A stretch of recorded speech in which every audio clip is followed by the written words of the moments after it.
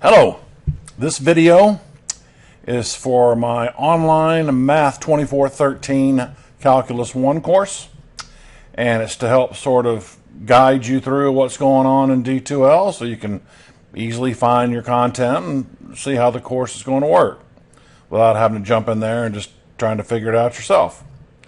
Now you can log into your D2l via My Lone Star or this d2l.lonestar.edu page. You can either choose secure login or alternate login, either one of them. I think the secure login will take you to the My Lone Star, but if you're looking just strictly only to get to your D2l, the alternate login should work just fine.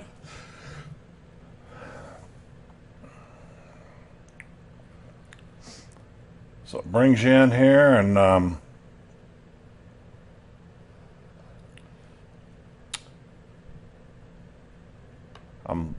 might change this over to student view in a minute, but let me find the right course here. And this would be you. So I'm going to change this over to, haven't put an announcement in there, but by the time you see this video, you're probably going to see a welcome to the course kind of announcement and then the link to this video. But when this video is ready, it's going to be posted under the content, which we'll talk about here in a minute. And so you look at this. I'm going to view as student for a minute here. The main components of this, as far as you're concerned, is content. And then under course activities, we have quizzes, which we'll talk about that in a little bit. And then grades are just where your grades will be posted. So that's really the only thing you have to worry about here. This other stuff's not important. So I'm going to come over here to the content. And let's take a look. Oh, it's kind of slow here. Well, there's the course intro video, but ironically, that's not this video. That's an old video, but it's probably going to have the same title, so that will be updated. And here's the syllabus.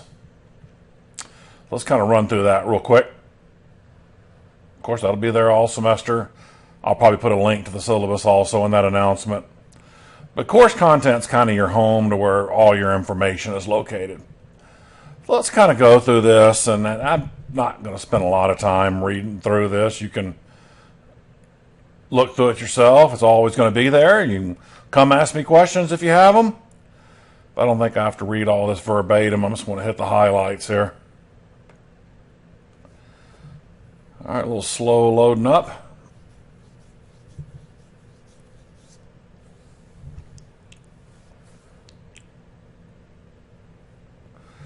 Here we go. There's my name, Smalley. That won't be on the test.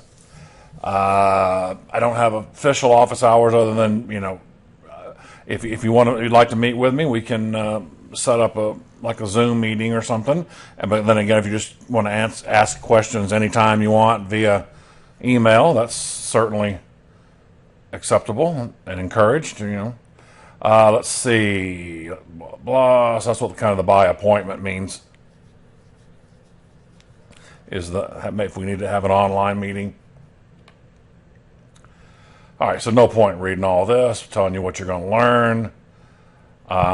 This is the official textbook, but I'm not going to, worry about that just yet, because I'm going to show you an alternative to this, but that is the official book. Up here, calculator, a little bit different. Now it says this semester, it talks about, on proctored exams. This semester, we're not going to have proctored exams. Testing centers are starting to slowly reopen. But this semester, you'll be able to take all your exams at home. But, if you take me for a future course or something, possibly as soon as spring 2022, if they get all testing centers at full capacity, then I will likely go back to proctored exams. But now we're going to have one more semester for sure of unproctored exams. All right. Okay, let's see. I don't think I need to read any of this. I mean you probably should, but I don't think I need to read it to you. Yes, you don't need me to read. Contacts. All right, how to get a grade. Let me explain this real quick. It's going to be a little confusing, but not too bad, because let's talk about, we're going to talk more detail about the quizzes here in a little bit. Are they mentioned up here anywhere? No. Quizzes. There are these 10 quizzes, and I dropped the lowest 4, so you have 6 of them that will form what's called the quiz average. So the best 6 out of 10 is quiz averages. So whether you don't take a quiz, that's okay, or it's just if you take all 10, your 4 lowest scores will be dropped. So it's the same as if you didn't take one, and that counts as an exam grade. So that you have what's called this quiz average, and then we have 3 exams, and then the final. Now you look at these 4 scores. There's 4 scores, 3 exams, and the quiz average. The lowest of those 4 will be dropped. Theoretically, it could even be the quiz average. It's very rare because the quiz average is there to help most people. Usually if somebody drops a quiz average, it's probably because they have hundreds on all the exams and maybe a little bit less than that on the quiz average. But so I have to be careful when someone asks me, do you drop the lowest exam? Well, it's not. I don't say yes to that, because it's important to realize that that's only if the quiz average counts. So you can't ignore the quizzes and then still drop an exam. So just basically think of it as exam 1, exam 2, exam 3, the quiz average. The lowest of those 4 drops. So if you have a good quiz average, what's going to likely happen is the lowest exam should be dropped. So, but it's not automatically dropped, but it should be replaced by the quiz average if you have a decent quiz average. Okay. Hopefully that makes that clear. You can always ask me about it if you're not sure. But like I said, if somebody just says, is the lowest exam dropped, I have to carefully explain that's not the right wording. And then the final, that's 25%. So everything's equally weighted. So that's about the only really tricky part to understand about the grading process. Okay, I don't think I need to read all this, but obviously you probably should. Here's just a calendar. You don't have to. They just want us to sort of post an outline. This is not something that's official. In fact, when we go back to D2l here in a minute, I'll show you, where where due dates are and things like that. This is just, I don't know, a planning thing. In this class, you're going to have the option to be able to work ahead if you like also too. So this is just to kind of help you pace your way through the course, but it's nothing official. It's not an official document that has to be followed or whatever. It just kind of lays out everything that's going to be covered. All right. But they want us to put that there, and I don't mind putting it there. All right, here's some more stuff. All right, we don't need any of that. That takes care of the syllabus. Like I said, I just want to go through that real quick. You can always read through that and contact me if you have any questions. There's a bunch of stuff in this folder. It doesn't hurt to, and I'm going to talk about this quickly, but it shows you how to quiz entry. It shows you how to review your quiz and exams. I'll mention that real quick also. But if you can just remember these documents are here, just look for them. You can always come back to them. Now, this list of problems for the final exam, obviously we're not worried about that now. That just tells you the types of problems that are going to be on the exam. Now, the other exams, I have reviews, but they're not a one-for-one review like this. I also have a review for the final, but this just sort of lists out the types of the questions that are going to be asked. It's mainly to help you narrow down your focus of study when it comes for the final exam. So you see there's 30 problems. It's telling you the section it's coming from in a book that I'm about to show you here in a minute. Not that textbook I showed you in the syllabus. So you got all kinds of stuff here. This quiz entry, which I want to talk about that. Homework list, that goes to this book I'm about to show you in a minute. Strictly practice if you want to do it. That's all that is. If you want to practice problems, none of that's going to be submitted. Only the quizzes are grade submissions. But that's just if you want to use that. And here's like an old trig sheet you can use for reference. But let me come back and talk about this down here at the bottom. This is what I was talking about. People asked me about the book, blah, blah, blah. And we have that book in there. I told them, I've told some students, don't make any book purchases till you watch this video. Now, right here under resources, other resources, what I have is an old edition of a different calculus book. That if you want to just use that, that's fine. You can go with this. If you already have another calculus book, that's okay, whatever, because this course is not book dependent in the sense that you're going to be asked to do any assignments specifically out of a textbook. But obviously, if you were submitting homework out of a book, you need to be able to see those questions. You'll see how the quizzes work here in a minute, and they're just PDF files that have problems on them. So it wouldn't matter what textbook was being used. They're just going to be the problem. So here's this book. So my notes are organized based on this book, and the homework problem, the practice problems. But like I said, the quizzes do not matter what book you're using. So that's why I'm saying, you could use this as a resource for a textbook. That's taken too long to go through there, but that's going to stay there. Other resources, that's the link to that book. All right, so that's useful information, I think. And like I said, all this stuff's going to sit here all semester. You'll be able to go through there and look around. And I guess that book file is so big, it's operating pretty slowly here. Okay, let's see if we can get back to.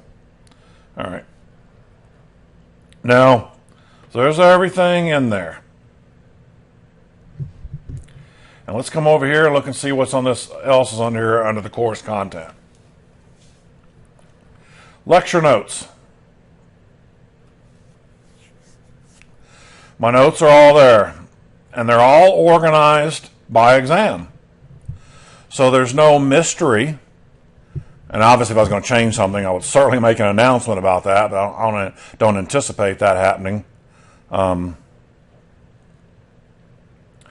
These sections are from that other book. In other words, if you're using the new textbook or any textbook, you can probably take the titles of these sections and make do, and learn the material that way. But the numbering of these sections coordinates with that book I showed you in the other resources file there. So, but you could still be working with another book and cover the same content, no problem.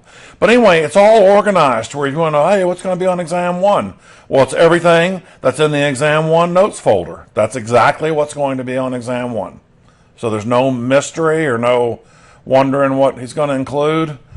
That calendar I had in the syllabus also shows it that way too. It'll have all the sections and it'll say exam 1 and that. So I think it's pretty well organized in that aspect. Last thing I want to do is I don't want students having to worry about, what's going to be on a test and that.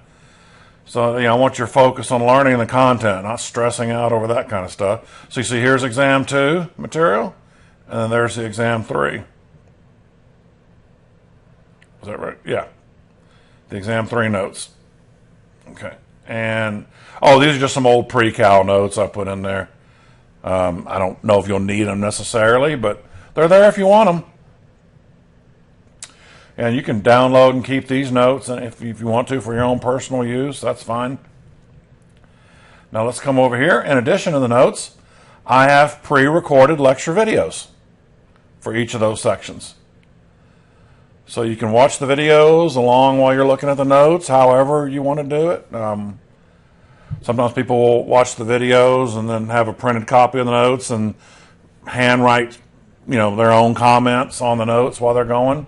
But there's no right or wrong way to do that. I'm just showing you what all you got here. So you see all these are YouTube links to lecture notes. So you got them for exam 1, exam 2, exam 3. I guess I also put some Cal 2 and Cal 3 stuff there or whatever that I just think I've had people in the past take a course, and they were going to have to take the next one at their respective university and go, hey, can I have your notes for whatever? And so I just started putting them in there and said, sure. I said, you just have to remember, whatever you want, you just have to remember to download each of them as PDFs, do it yourself, Okay. And then we have exam reviews. Both videos and PDFs. So you have the PDFs. We have, for example, this is like it's sample problems for exam 1.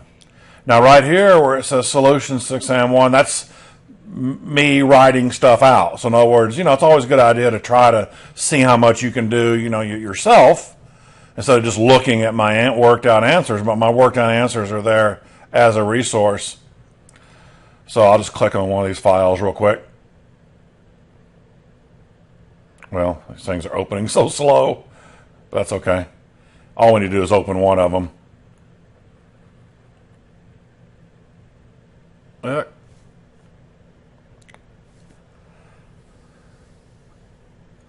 Well, this isn't quite working out like I wanted to. Trying to open something, it takes a long time. Okay, that one didn't. That's not much work to show on that one, but other problems you'll see where there's more things to do there. You'll see. Yeah, that's me working them out, showing stuff there. So when we say, I think the original files have solutions. They have the answers. The answer key, that's not what we mean by solutions. They have the answer key at the bottom of the page, I believe. But that's when we say solutions, that's just me working the problems out. That's totally different. So, but I believe you can try them on the original file, and you can check the key to see if you have them right. And then also, I have video solutions. In other words, it's a video of me explaining what I did on that solutions file. So you can hear it instead of just seeing it. So there might be some problems you look at. If you see how I did it, you might say, oh, okay, I get it. But then, I'm not sure what's happening there. I want to hear what he says about it. You can go to the video and just kind of move it along to that particular problem. You don't have to watch the whole thing. Move it over and hear me say it, and that might help it make it clearer for you. So you have that option. Now, some of these other files are broken up into groups of problems. I remember a while back when I was doing these videos, I was having trouble with the software kind of crashing on me, so it was getting kind of annoying, to make the whole file and have it crash. So I would do them in smaller blocks, because that way, if it crashed, it was less work to do again, So, but there you go. And also, I think it makes it easier too, because that way, if for example, if you're looking for sample exam 2, number 20, you kind of can start with a shorter video, and start with that and find your problem a little quicker. So we have that. We have exam reviews, and then my videos to the reviews, lecture notes, quizzes. We have to explain it. Quizzes. I think that's going to put us in good shape once we cover the quizzes. Go back to I want to change this back to my view. Not that it matters that much, but all right. Like I said, you'll see an announcement there. You always want to watch for announcements. I think I don't wish I could tell you exactly how to do it, but I guarantee you could Google it and figure it out real quickly if you were interested. But I know there's a way that you can set up notifications that anytime an announcement is made in D2l, it would come to your phone or something like that. You don't have to do that, but obviously you want to be checking D2l regularly, though. Well, obviously going in there to do work and stuff, but I mean, check to see if there's been any announcements. But I think there's a way to do it. I'm sure once I'll learn it, I'll include it in the video, but you can figure it out. I'm sure it's not difficult. Let's see, okay, back to the content. Now these quizzes, they're more like homework sets than they are quizzes. In other words, if you think of a quiz, you're more likely going to think of taking something, in real time, like the exams will be. You'll take them in real time. The quizzes, what you do is that the problems are already here. There's 10 of them. They're on a see, they're on, and it tells you what sections they're on. They're PDF files. So what you do is you open up the PDF file. Everything's going to be multiple choice in this class. There's nothing to, there'll be no paperwork to have to submit or anything like that. So here you have 10 problems. You work on these, you save, your answers. And when I say save, in the traditional paper circle the answers way, not save it as a file. Just mark your answers, hold on to them. Then when you feel confident that you're ready, and of course you have to meet the deadline, which I'll show you that here in a minute. So you work the problems out, on your own time. And then the one thing under course activities that we need, this is quizzes. And this is where the quizzes and the exams are located. So this folder, this file is pretty important. The D2l Calendar, I'll have to go back and check when I go to the home page. I think it's usually in the bottom right corner where it shows due dates. But you can come right in here and see everything. Also, now this, so you see it's got the quiz. This is the D2l where you'll submit your answers, where you'll enter your multiple choice answers into this file, and that's how you submit it, and then it will grade it and post the grade, show you the grade in the grade book. So you see they're all opened up. They all have due dates. That's when you know you have to submit it by. Now I think I have the time limit as 60 minutes or something, but keep in mind you're not working the quizzes, you're just submitting your answers. So 60 minutes is plenty of time to bubble in 10 answers, obviously. But the main thing is you got to open it up before the deadline. You don't have to finish it by the deadline. That's also important when we're talking about exams too. You have to, just open it up before the deadline, submit your answers, and then you're done. That's it. And the quizzes, the quizzes will automatically open. This question will come up, so I may put it in an announcement, even though I'm saying it right now. I'll always get asked this question at some point. Even if you submit them early, it's going to show you your grade, but you can't see the results until 1 hour after the deadline. And I'll talk about how to see the results here in a minute. So I know if you submit it early, you're going to have to wait. So that means at midnight, they'll be available the rest of the semester, but midnight on the 18th, 1 hour after that, that's when you can actually look at your quiz. But not until then. The exams, I'll set them up manually after the exam period and let you know when they open. You just remind me if I forget to open them up. But so you go through, you see all the due date. Now look at the times here, except for the final exam. That's the only one that's different. So I'll make sure to remind people when we get closer to the final. So there's no, every time somebody, every once in a while, goes, oh, I didn't know it was due at 11 p.m. Look at the times for every one of these. They're all 11 p.m. So it's consistent. So, there's no excuse to say you were fooled by the time, except for the final, because I'm letting it go to the very last possible day. So I'm starting it a little earlier in the evening. That way I can compile the grades quicker if I don't wait till later. So so the final, you would just have to make sure you would open it up by before 7 p.m. and you'll get the full time limit. I'll post those time limits. Time limits are pretty generous. They're at least 3 hours. The final's probably at least 4. Let me see, for example, what exam 1 is. No one's ever complained about not having enough time. I think they're about 3 hours. So let's just look at I'll look at the restrictions here. I'm going to post something that shows the passwords for all the exams and then the time limits, but I'm just going to look at this one specifically. See if I need to change it. 210 minutes. That's 3.5 hours. So that's a lot of time. You're going to be okay there. Now the reason why I put the quizzes, I don't have passwords. The exams, I go ahead and do it just so somebody doesn't accidentally open up the exam and they didn't mean to or something like that.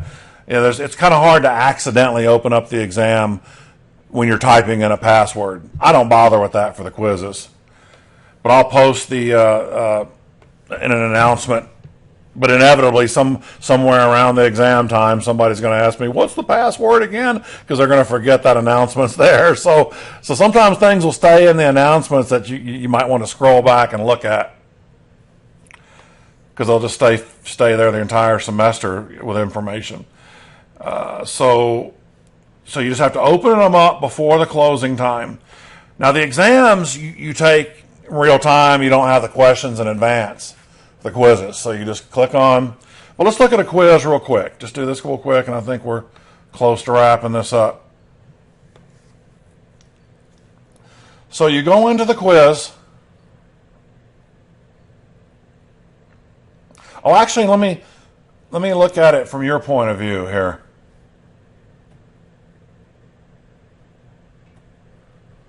One thing I would like to mention, I don't do this on purpose. Be real careful when you're marking your quiz answers. This doesn't apply on an exam because you don't have the questions in advance. But I don't know, for some reason it may put the answers in a different order. The questions should be in the same order. I don't know why I don't make it do that, but you just be careful when you're marking the answers. So don't automatically trust that it's whatever the letter choice you think it's supposed to be.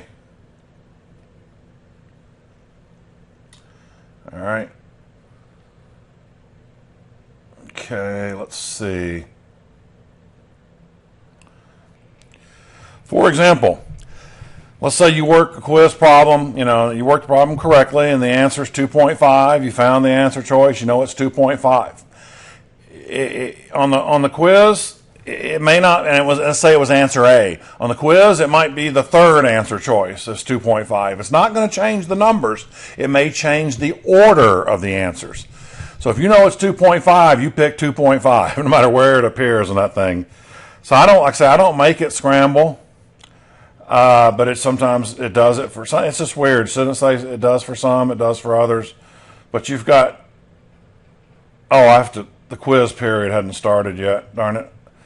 Well, I can change that. Let me go back to instructor mode. I don't know why I set them all for midnight. I guess it didn't.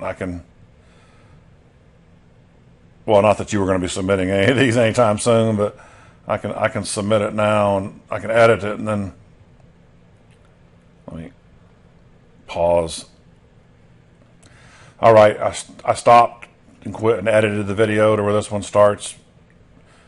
Yeah, so this one we can activate just to show you. So you have your problems worked out. So make sure you got to get in there before the deadline. The deadlines are important. You click Start Quiz, but only when you're ready to submit all your answers. This is not like something where you can, if you ever worked with something like a Pearson My Math Lab, where you go do some of them, stop and go back and do more, go back. No, you have to submit them all at once. So you go through here, and you see there there are the answer choices. But I'm talking about they might be scrambled, but just be careful. As long as you're careful, you've got 60 minutes to do it, which is plenty of time. The questions all are there.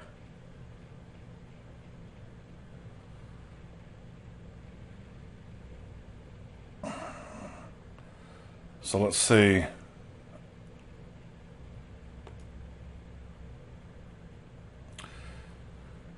I guess I could go randomly bubble a bunch of these, couldn't I? But I'll just pick a bunch of answers here, just to give you a bit more of a feel for it.